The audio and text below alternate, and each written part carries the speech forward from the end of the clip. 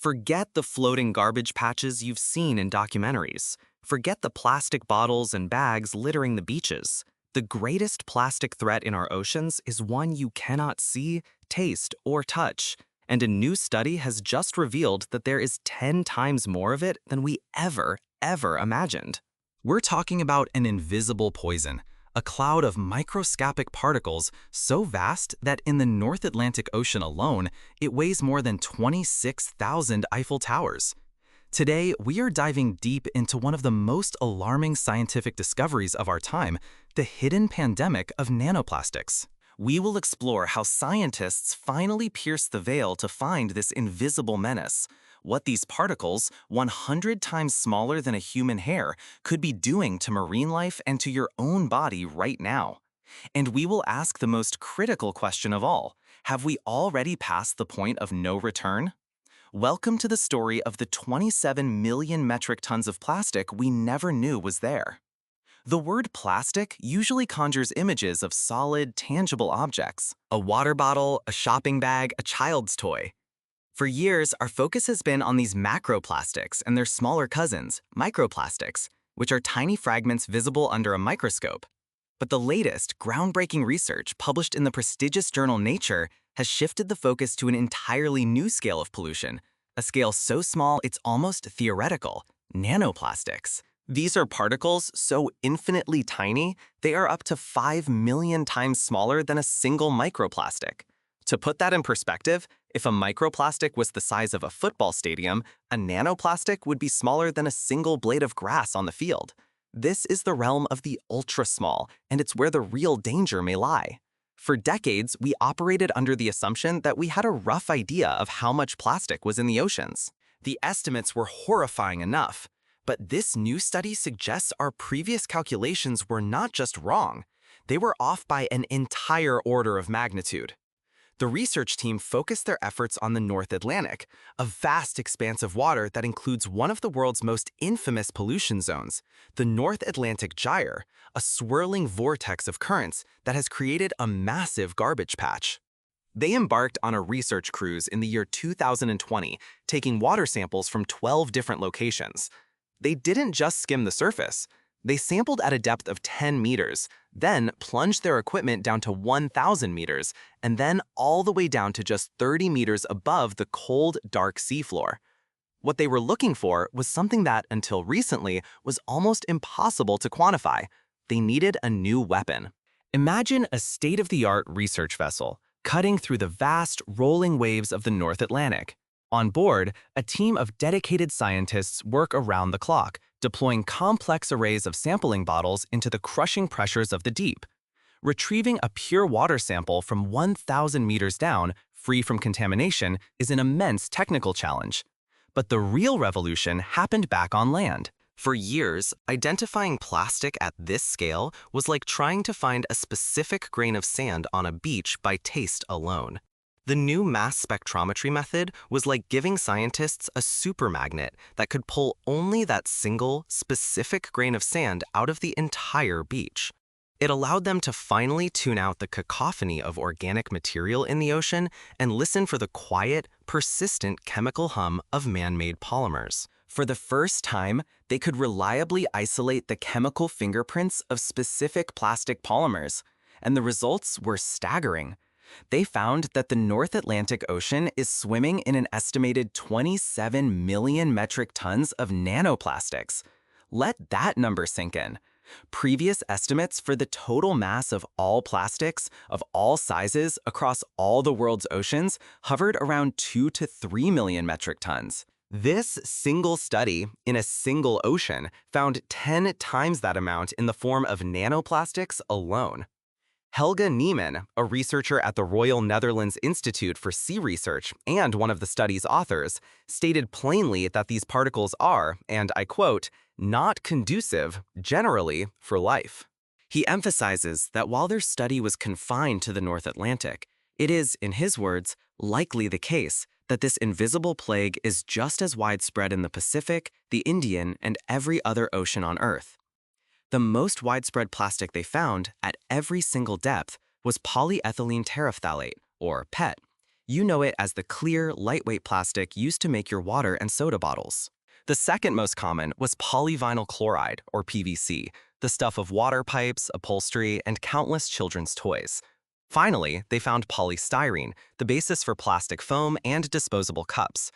What they found reads like a chemical ghost of our modern consumer society, haunting the entire water column from top to bottom. This is truly alarming stuff. If you're finding this breakdown insightful, do us a favor and hit that like button. It helps us get this critical information out to more people. And trust me, this is information everyone needs to hear. The distribution of these plastics tells its own chilling story. The researchers found the highest concentration near the surface, at around 18 milligrams per square meter. That might not sound like a lot, but the study's authors offer a strange and vivid analogy. Imagine a box that is 3 feet by 3 feet. Now, imagine putting 7 mosquitoes inside it. That's the equivalent density of nanoplastic in the surface waters of the ocean. Now multiply that by the incomprehensible vastness of the North Atlantic. As they went deeper, the concentration lessened to about 5.5 milligrams per square meter near the seafloor.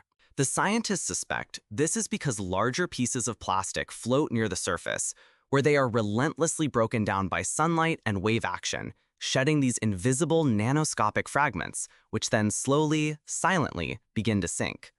They descend like a constant, toxic snow, a perpetual rain of our own waste falling into the abyss.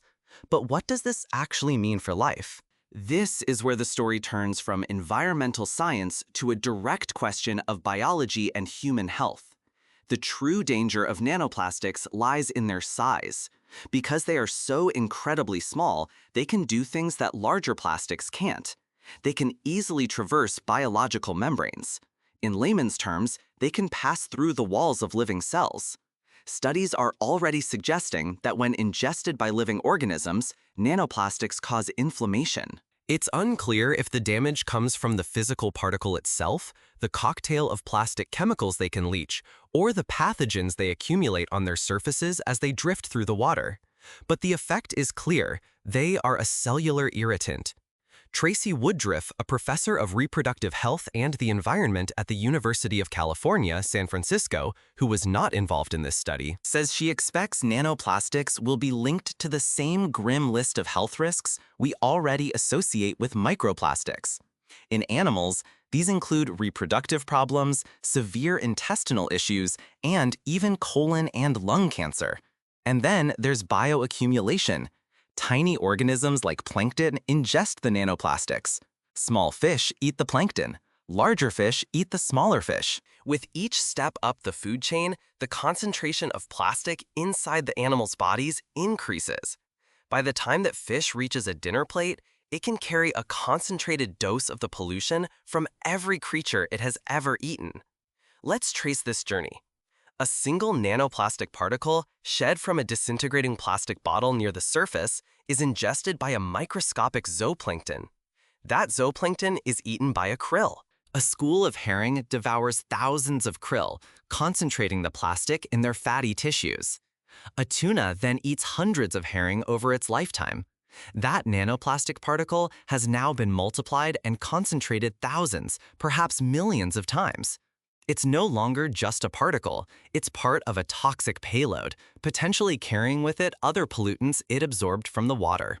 Woodruff posits a terrifying hypothesis.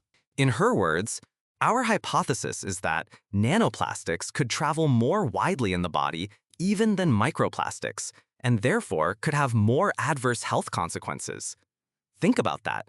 If microplastics can get lodged in our tissues, nanoplastics might be able to go even further. Our bodies have defenses, like the blood-brain barrier, a highly selective membrane that protects our most vital organ from toxins. Microplastics are generally too large to pass through it. But nanoplastics? Their size puts them in a terrifying new category. They are potentially small enough to slip through these biological checkpoints, gaining access to every system, every organ, including the command center of our very being.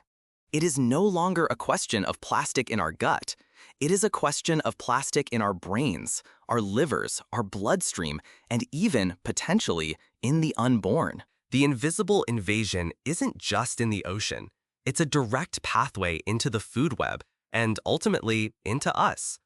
Now, a healthy dose of scientific skepticism is always important. Martin Wagner, a biology professor at the Norwegian University of Science and Technology, rightly pointed out that the study's headline-grabbing figure, the 27 million metric tons, is a major extrapolation based on very few samples. 12 sample locations in an ocean that covers 20% of the Earth's surface is a small dataset. And this is a fair point.